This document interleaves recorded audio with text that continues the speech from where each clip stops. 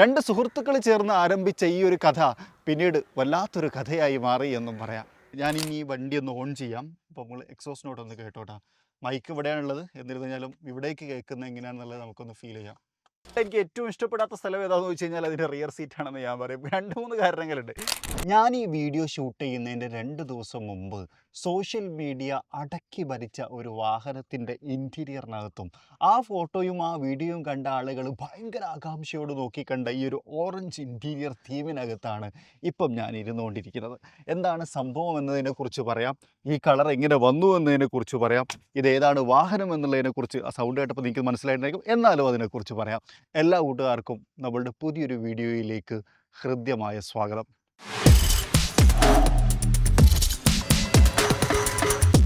ജർമ്മനിക്കാരനായിരുന്ന budo ബുഷ്മൻ എന്ന് പറയുന്ന മനുഷ്യന് ഒരാഗ്രഹം, ഒരു കസ്റ്റമൈസേഷൻ കമ്പനി സ്ഥാപിക്കണമെന്ന്. പക്ഷേ ജർമ്മനിയിലെ നിയമപ്രകാരം സ്വന്തമായി ഒരു കമ്പനി സ്ഥാപിക്കാൻ പറ്റാത്തതുകൊണ്ട് തന്നെ അദ്ദേഹത്തിൻ്റെ സുഹൃത്തായിരുന്ന ക്ലൂസോ ബ്രാക്ക്മൻ എന്ന് പറയുന്ന സുഹൃത്തിനെ കൂടി ചേർത്തുകൊണ്ട് 1977 ബ്രാക്ക്മനിൻ്റെ BRAയും ബുഷ്മൻ്റെ BUSും ചേർത്ത് ബ്രാബസ് എന്ന് പറയുന്ന ഒരു നിർമ്മാണ കമ്പനി ആരംഭിച്ചു. അതായത് ഒരു കസ്റ്റമൈസേഷൻ കമ്പനി. ആദ്യഘട്ടങ്ങളിൽ മെഴ്സിഡീസ് ബെൻസിൻ്റെ വാഹനങ്ങളും മാത്രം കസ്റ്റമൈസ് ചെയ്തിരുന്ന ഈ കമ്പനി പിന്നീട് പോർഷയെയും അതുപോലെ തന്നെ റോൾസ് റോയ്സിൻ്റെയും വാഹനങ്ങളെ യുണീക്ക് ആയിട്ടുള്ള ഒരു ക്രാഫ്റ്റ്മാൻഷിപ്പിലേക്ക് അപ്ഗ്രേഡ് ചെയ്യുക എന്നുള്ള ഉദ്ദേശത്തിൻ്റെ പുറത്ത് പിന്നീട് ലോക പ്രശസ്തമായി മാറിയ ബ്രാബസ് എന്ന് പറയുന്ന നിർമ്മാണ കമ്പനി ആരംഭിച്ചത് അങ്ങനെയായിരുന്നു എന്ന് പറയാം. രണ്ട് സുഹൃത്തുക്കൾ ചേർന്ന് ആരംഭിച്ച ഈ ഒരു കഥ പിന്നീട് വല്ലാത്തൊരു കഥയായി മാറി എന്നും പറയാം. അങ്ങനെ 1977 ആരംഭിച്ച ആ ഒരു വല്ലാത്ത കഥ പിന്നീട് ലോക പ്രശസ്തമായി. നമ്മൾ ദുബായിൽ പോയ സമയത്ത് ബ്രാബസിനെ കുറിച്ച് വീഡിയോ ചെയ്തിട്ടുണ്ട്. എന്നാൽ കഴിഞ്ഞ ദിവസങ്ങളിലൊക്കെ ആയിട്ട് സോഷ്യൽ മീഡിയയിൽ ഭയങ്കരമായിട്ട് ട്രെൻഡിങ് ആയിക്കൊണ്ടിരിക്കുന്ന ആ ബ്രാബസ് ഇൻസ്പയർഡ് ജീവാഗൻ്റെ കൂടെയാണ് ഇപ്പോൾ നമ്മളത്. ആക്ച്വലി ജീവാഗനാണ് ഏറ്റവും പുതിയതാണ്. ഈ വാഹനത്തിൻ്റെ ഏറ്റവും വലിയൊരു പ്രത്യേകത എന്ന് വെച്ച് കഴിഞ്ഞാൽ ഈ വണ്ടി വാങ്ങിയിട്ട് ആദ്യം ചെയ്ത കാര്യം ഇതിൻ്റെ അപ്ഗ്രഡേഷൻ ആയിരുന്നു എന്നുള്ളതാണ്. അത് കഴിഞ്ഞിട്ടാണ് ഇത് ഡെലിവറിയും കാര്യങ്ങളൊക്കെ എടുത്തത്. അതിന് വേണ്ടിയിട്ട് എടുത്തിട്ടുണ്ടായിരുന്ന ആ ഒരു മനസാന്നിധ്യം ഉണ്ടല്ലോ, അത് ഇതിൻ്റെ ഓണറിൻ്റെ അപ്രീഷിയേറ്റബിൾ ആണ്. കാരണം വെച്ച് കഴിഞ്ഞാൽ ഒരു പുതിയ വണ്ടി വാങ്ങി ഈ ഒരു തരത്തിലേക്ക് അപ്ഗ്രേഡ് ചെയ്തെടുക്കുക എന്ന് പറഞ്ഞാൽ ചില്ലറ വണ്ടിപ്രാന്തൊന്നും പോരല്ലേ. അപ്പോൾ അത് ആരതാണെന്നൊക്കെയുള്ള ഞാൻ അവസാന ഘട്ടത്തിൽ പറയാം. അതിന് മുമ്പ് നമുക്ക് ബ്രാബസിൻ്റെ ഹൈലൈറ്റുകളെ ഒന്ന് പരിശോധിക്കാം. ശരിക്കും ബ്രാബസ് അപ്ഗ്രഡേഷൻ എന്ന് പറയുന്ന സമയത്ത് പ്രധാനമായിട്ടും എക്സ്റ്റീരിയർ ചേഞ്ചസ്, ഇൻറ്റീരിയർ ചേഞ്ചസ്, പിന്നെ അതുപോലെ തന്നെ എഞ്ചിൻ ട്യൂണിങ്, ഇത് മൂന്നുമാണ് പ്രധാനമായിട്ടും അവർ ചെയ്തുകൊണ്ടിരിക്കുന്നത്. ജർമ്മനി ആസ്ഥാനമായിട്ടുള്ള ഒരു കമ്പനിയാണ് സ്റ്റിൽ ബ്രാബസ് GmbH എന്നുള്ള രൂപത്തിലാണ് അത് അറിയപ്പെടുന്നത്. ജർമ്മനി ബേസ് തന്നെയാണ്. മെഴ്സിഡീസ് ബെൻസിൻ്റെ അധീനതയിലുള്ള ഒരു കമ്പനിയൊന്നുമല്ല, പക്ഷേ മെഴ്സിഡീസ് അപ്രൂവ്ഡ് കമ്പനിയാണ് എന്ന് വേണമെങ്കിൽ വിശേഷിപ്പിക്കാം. കാരണം ഇവർ ചെയ്യുന്ന പല മോഡിഫിക്കേഷനും മെഴ്സിഡീസ് ബെൻസിൻ്റെ വാറണ്ടി നഷ്ടപ്പെടാറില്ല എന്നുള്ളതാണ് അതിലേറ്റവും വലിയ ഹൈലൈറ്റ്. അതുകൊണ്ട് തന്നെ മെഴ്സിഡീസ് ബെൻസ് അപ്രൂവ്ഡ് കമ്പനിയാണ് ബ്രാബസ് എന്ന് വേണമെങ്കിൽ വിശേഷിപ്പിക്കാം. ലുക്ക് വൈസ് സാധാരണ നമ്മൾ കണ്ടിട്ടുള്ള ജീവാഗൺ ഒന്നുമല്ല. ഇപ്പോൾ നമ്മൾ കണ്ടുകൊണ്ടിരിക്കുന്ന ജീവാഗണിന് ഒരു ആംബഡ് ഫിറ്റിംഗ് കൂടി ജീവാഗണ് കൊണ്ടുവരാറുണ്ട്. അതായത് ഫ്രണ്ടിൽ നമുക്കൊരു എക്സ്ട്രാ കാര്യങ്ങളൊക്കെ കൊടുത്ത് കുറച്ചുകൂടി ആം ഫെസിലിറ്റിയിലേക്ക് അപ്ഗ്രേഡ് ചെയ്ത തരത്തിലുള്ള മോഡിഫിക്കേഷനും ബ്രാബസ് ചെയ്യാറുണ്ട് എന്നുള്ളതാണ്. ധാരാളം കാർബൺ ഫൈബർ എലമെൻറ്റുകൾ കാണാം. ഒന്ന്, നമ്മൾ ആ ഒരു സിൽ ഭാഗത്തേക്ക് വന്നു കഴിഞ്ഞാൽ ലിപ്പ് കുറച്ചുകൂടി എക്സ്റ്റെൻഡ് ചെയ്തിട്ടുണ്ട്. അത് കാർബൺ ഫൈബറിനകത്താണ് എക്സ്റ്റെൻഡ് ചെയ്തേക്കുന്നത്. ഗ്രില്ലിനെ സറൗണ്ട് ചെയ്തുകൊണ്ട് കാർബൺ ഫൈബർ കൊടുത്തിട്ടുണ്ട്. അതിനകത്ത് മെഴ്സിഡീസിൻ്റെ ലോഗോ കാണാം. ഈ ലോഗോക്കകത്താണ് നമ്മുടെ റഡാറും കാര്യങ്ങളൊക്കെ കൊണ്ടുവന്നിട്ടുള്ളത്. ബ്രാബസിൻ്റെ ലോഗോയും അവിടെ കൊടുക്കാറുണ്ട് എന്നുള്ളതാണ്. ഹെഡ്ലാമ്പ് യൂണിറ്റ് കാര്യമായിട്ടുള്ള ചേഞ്ച് ഇല്ല, സാധാരണ ജീവാഗൺ തന്നെയാണ്. എന്നാൽ ജീവാഗൻ്റെ എവർഗ്രീൻ ഐക്കോണിക് ഇൻഡിക്കേറ്റർ നമുക്കിവിടെ കാണാം. ബൊലോറോ ആണെന്നൊന്നും തെറ്റിദ്ധരിച്ചേക്കല്ലേ പ്ലീസ്, ജീവാഗനാണ്. ഓക്കെ, ഇനി വീണ്ടും ഹുഡിലേക്ക് വന്നു കഴിഞ്ഞാൽ ഒരു കാർബൺ ഫൈബർ സിസ്റ്റം കൊടുത്തിട്ടുണ്ട്. ആക്ച്വലി എഞ്ചിൻ ബ്രീത്തിങ്ങിന് വേണ്ടി കൊടുക്കുന്നതാണ്. അതും കാർബൺ ഫൈബറിനകത്ത് ചെയ്തേക്കാനാണ് എന്നുള്ളതാണ്. മുകളിൽ നമുക്ക് ലൈറ്റ് കാണാം. ആ ലൈറ്റിൻ്റെ എക്സ്റ്റൻഷനും കാർബൺ ഫൈബറിനകത്താണ് ചെയ്യാറുള്ളത്.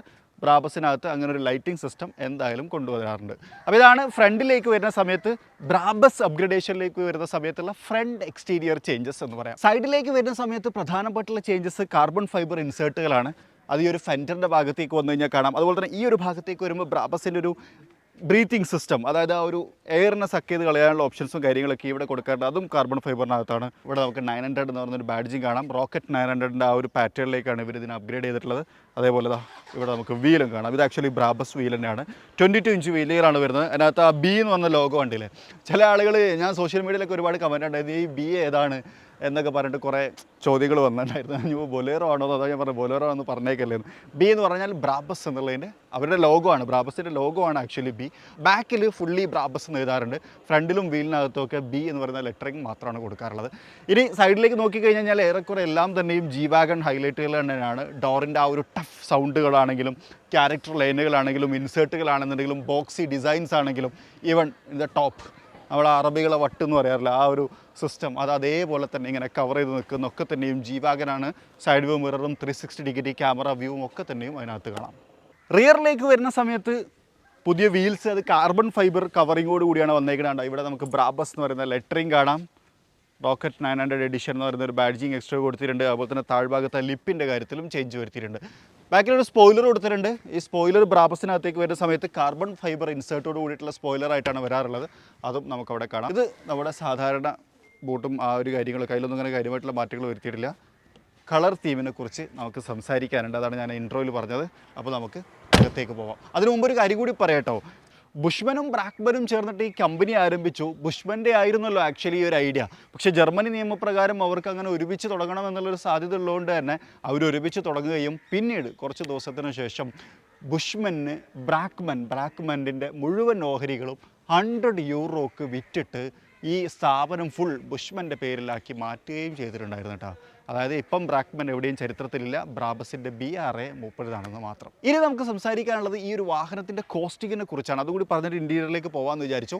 ഈ വാഹനത്തിന് അങ്ങനെ ഒരു സ്പെസിഫിക് കോസ്റ്റ് ഇപ്പം നമുക്ക് പറയാൻ പറ്റില്ല. കാരണം എന്ന് വെച്ച് കഴിഞ്ഞാൽ ഇതിൻ്റെ പല സ്പെയറുകൾക്കും പല റേറ്റാണ്. എല്ലാം UAE നിന്ന് കൊണ്ടുവന്നതാണ്. ഈ ബമ്പറിൻ്റെ കേസ് പറയുകയാണെങ്കിൽ 5000 ദിർഹം മുതൽ 5 ലക്ഷം ദിർഹം വരെ വില വരുന്ന പല പാർട്സുകളും ഈ വാഹനത്തിൻ്റെ പല ഭാഗങ്ങളിലായിട്ട് ഫിറ്റ് ചെയ്തിട്ടുണ്ട്. അപ്പോൾ അതുകൊണ്ട് തന്നെ ഒരു കോസ്റ്റ് കാൽക്കുലേഷൻ എന്തായാലും പറ്റില്ല. പിന്നെ ഇതൊരു ബ്രാൻഡ് ന്യൂ G-Wagon ആണ്. അത് ഇൻറ്റീരിയർ പറയുന്ന സമയത്ത് എത്ര കിലോമീറ്റർ ഓടി എന്നുള്ളതൊക്കെ നമുക്ക് കാണുന്ന സമയത്ത് മനസ്സിലാവും.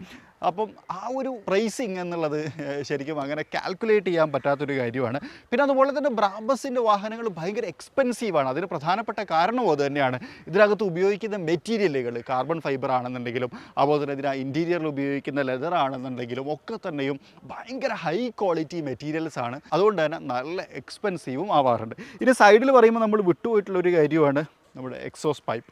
കാർബൺ ഫൈബറിൻ്റെ ഒരു കവറിംഗ് ഒക്കെ കൊടുത്തിട്ട് നമുക്കൊക്കെ അറിയാം G-Wagonൻ്റെ എക്സോസ്റ്റ് സൈഡിലാണ് വരാറുള്ളത്. അതിന് ആ ഒരു ബ്രാബസ് കവറിംഗ് ഒക്കെ കൊടുത്ത് ആ ബ്രാബസ് ലെവലിലേക്ക് കൊണ്ടുവന്നിട്ടുണ്ട് എന്നുള്ളതാണ്. ഭയങ്കര ഹൈപ്പിൽ നിൽക്കുന്ന ഈ ഒരു ഇൻറ്റീരിയർ കാണാനാണ് എല്ലാവരും വെയിറ്റ് ചെയ്യണമെന്ന് പറയാം. പക്ഷേ അതിന് മുമ്പ് ഞാൻ വേറൊരു ഹൈപ്പിനെ കുറിച്ച് പറയാം എന്നുള്ളതാണ്. ഇത് ഇൻവോൾവ് 1ൻ്റെ ഹൈപ്പ് എന്ന് പറയുന്ന ഒരു ഫ്രാഗ്രൻ്റ് ആണ്.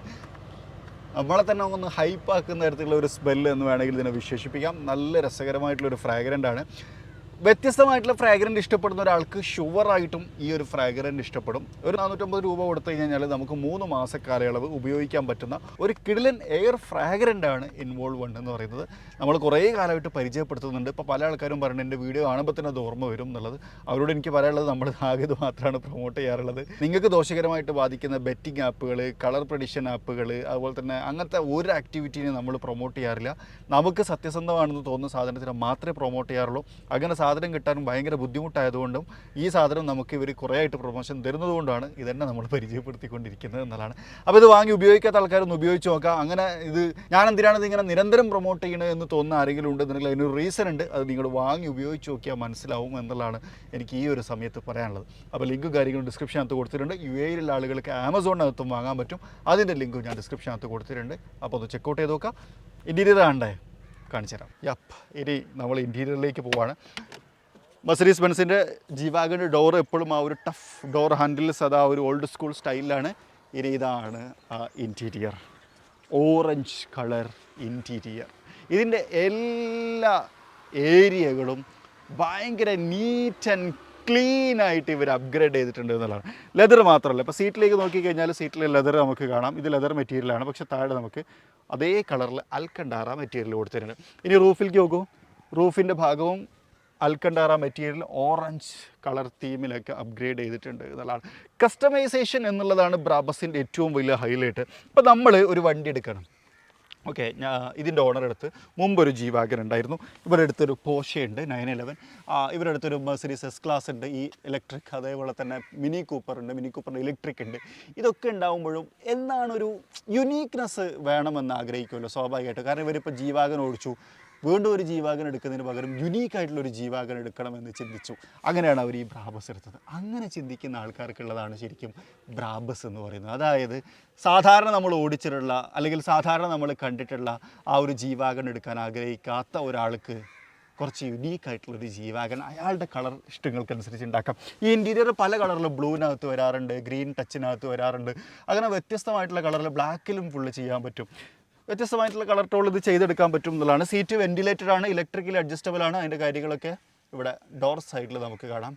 ബ്രാബസ് എന്ന് പറയുന്ന ലെറ്ററിങ്ങും കാര്യങ്ങളൊക്കെ കാണാം. ഇതൊക്കെ ഫുൾ ലെതർ കവർ ചെയ്തിട്ടുണ്ട്. അതുപോലെ തന്നെ ഇതിനകത്ത് ഒക്കെ നോക്കി ഈ ഒരു സില്ലിൻ്റെ ഭാഗത്താണെങ്കിലും ഇവിടെ ആണെങ്കിലും ഒക്കെയും ഡാഷ്ബോർഡൊക്കെ നോക്കൂ ഫുള്ളി ആ ഒരു കളറിലേക്ക് കൊണ്ടുവന്നിട്ടുണ്ട് എന്നുള്ളതാണ്. സ്റ്റിയറിംഗ് വീലൊക്കെ എല്ലാതും ആ ഒരു ബ്രാബസ് സ്റ്റൈലിലേക്ക് അപ്ഗ്രേഡ് ചെയ്തിട്ടുണ്ട്. ഞാൻ ഇനി ഈ വണ്ടി ഒന്ന് ഓൺ ചെയ്യാം. അപ്പോൾ നമ്മൾ എക്സോസ്റ്റ് നോട്ട് ഒന്ന് കേട്ടോട്ടാ. മൈക്ക് ഇവിടെയാണുള്ളത്, എന്നിരുന്നാലും ഇവിടേക്ക് കേൾക്കുന്നത് എങ്ങനെയാണെന്നുള്ളത് നമുക്കൊന്ന് ഫീൽ ചെയ്യാം.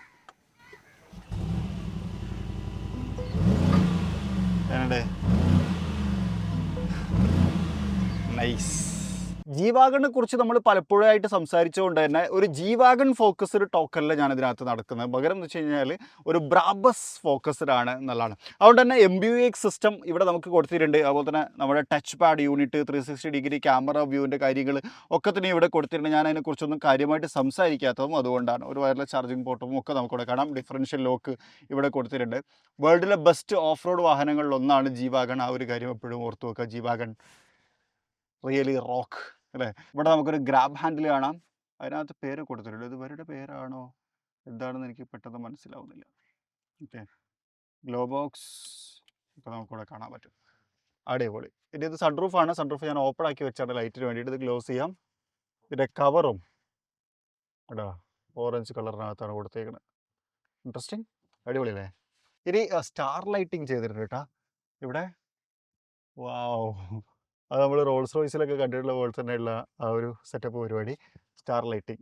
എക്സ്റ്റീരിയറിനെ കുറിച്ചും ഇൻറ്റീരിയറിനെ കുറിച്ചും സൈസിനെ കുറിച്ചും ബോക്സിനെസ്സിനെ കുറിച്ചും ഒക്കെ വാതോരാതെ സംസാരിക്കുമ്പോൾ G-Wagonൽ എനിക്ക് ഏറ്റവും ഇഷ്ടപ്പെടാത്ത സ്ഥലം ഏതാണെന്ന് വെച്ച് കഴിഞ്ഞാൽ അതിൻ്റെ റിയർ സീറ്റാണെന്ന് ഞാൻ പറയും. 2-3 കാരണങ്ങളുണ്ട്. ഇപ്പോൾ ഇത് ഈ ഒരു സീറ്റ് അപ്ഗ്രേഡ് ചെയ്തതുകൊണ്ട് തന്നെ ഇതിൽ ഇരിക്കാൻ നല്ല സുഖമുണ്ട്, കംഫർട്ടബിളാണ്, കുഷ്യനൊക്കെ ഉണ്ട്. അതുപോലെ തന്നെ തൈ സപ്പോർട്ടും കാര്യങ്ങളൊക്കെ നൈസാണ്. AC വെൻറ്റും ഒക്കെ നമുക്കിവിടെ ഒക്കെ ഉണ്ട്. ചാർജിങ് പോർട്ടൊക്കെ ഉണ്ട്. നല്ല റൂമുണ്ട്, ഹെഡ് റൂം നോക്കിയാൽ നൈസ്. പക്ഷേ ഇതിൽ പ്രശ്നം എന്താ അറിയോ, ലെഗ് റൂം വളരെ കുറവായിരിക്കും. ഒരു 3-4 പേരുടെ ഗ്യാപ്പിൻ്റെ ഒരു ലെഗ് റൂമാണ് ഉണ്ടാവുക. ആ ഒരു സീറ്റ് കുറച്ചും കൂടി സെറ്റാക്കി വെച്ച് കഴിഞ്ഞാൽ അതൊരു വലിയ പ്രശ്നമാണ്. പിന്നെ അതുപോലെ തന്നെ നോക്കിയാൽ ഇതിൻ്റെ നേരെ മുമ്പിൽ ഈ ഒരു സീറ്റ് വന്ന് അവസാനിക്കുന്ന പോലെ എനിക്ക് തോന്നുന്നുണ്ട്. അതായത് ഇതേ ഒരു സ്പേസ് കിട്ടാത്ത പോലെ. പിന്നെ അതുപോലെ തന്നെ റിയർ സീറ്റ് നോക്കൂ, ഇത് കുറച്ചും കൂടി ഹൈറ്റ് ഉണ്ടായിരുന്നെങ്കിൽ നല്ലതായിരുന്നു എന്നൊരു ഒപ്പീനിയൻ എനിക്കുണ്ട് മൊത്തം. ഇനി ഇതിനേക്കാളും ഒക്കെ ഫണ്ണായിട്ടുള്ളൊരു കാര്യം എന്താണെന്ന് വെച്ച് കഴിഞ്ഞാൽ ഈ ഒരു സീറ്റ്, അതായത് റിയർ സീറ്റിൽ ഇരിക്കുന്ന സമയത്ത് ഈ സീറ്റിൻ്റെ പൊസിഷൻ കുറച്ച് ഉയരത്തിലാണ്. അതായത് ഫ്രണ്ടിനെ അപേക്ഷിച്ച് കുറച്ചുകൂടി ഉയരത്തിലാണ്. അത് കറക്റ്റ് എവിടെ മനസ്സിലാവുമെന്നറിയോ, നമ്മളിപ്പോൾ വാഹനത്തിനകത്ത് കയറിയിട്ട് ഇപ്പോൾ നമ്മളുടെ ഒരു പരിചയത്തിൽ, അതായത് സീബ്രീസിൻ്റെ ഓണർക്ക് ദുബായിൽ G-Wagon ഉണ്ട്. അപ്പോൾ ഞാൻ അതിനകത്ത് കയറിയിട്ട് ബാക്കിലിരുന്ന സമയത്താണ് ഇത് നോട്ടീസ് ചെയ്യുന്ന ഒരു കാര്യം. റഷീൽക്ക, നിങ്ങൾക്കൊക്കെ അറിയുണ്ടാവും, റഷീൽക്കാൻ്റെ ഒരു G-Wagon എടുത്ത് കേരളത്തിലെ 2ാമത്തെ G-Wagon പുള്ളിയുടെ ആയിരുന്നു. ആ ഒരു വീഡിയോ ഒക്കെ നമ്മൾ ചെയ്തിട്ടുണ്ടായിരുന്നു. പക്ഷേ അദ്ദേഹത്തിന് ദുബായിലും G-Wagon ഉണ്ട്. അപ്പോൾ ആ ദുബായിത്തെ G-Wagon ഞാൻ യാത്ര ചെയ്തുകൊണ്ടിരിക്കുന്ന സമയത്ത് ഞാൻ ശ്രദ്ധിച്ചിട്ടുള്ളൊരു കാര്യമാണ്, ഞാൻ വാഹനത്തിനകത്ത് കയറിയിട്ട് ഇപ്പോൾ സാധാരണ നമ്മൾ കാലിങ്ങനെ വൈഡാക്കിയിട്ട് ഇരിക്കൂലേ, ഇങ്ങനെ വൈഡായിട്ട് ഇരിക്കുന്ന സമയത്ത് കറക്റ്റ് നമ്മൾ മുട്ടെത്തുന്ന ഭാഗത്താണ് ഈ സീറ്റ് വെൻറ്റിലേഷൻ്റെ, അതായത് ഹീറ്റിങ്ങിൻ്റെ ഓപ്ഷൻ. നമ്മളറിയാതെ കാല് ദീപം തട്ടിയിട്ട് ഈ ഹീറ്റ് ഓണാവും. എന്നിട്ട് നമ്മളെപ്പോഴാണെന്ന് പറയുന്നത് അറിയാം, ബാക്ക് ചൂടായി തുടങ്ങുമ്പോൾ. അതായത് ബാക്കത്തെ സീറ്റ് ഹീറ്റഡ് സീറ്റാണ്.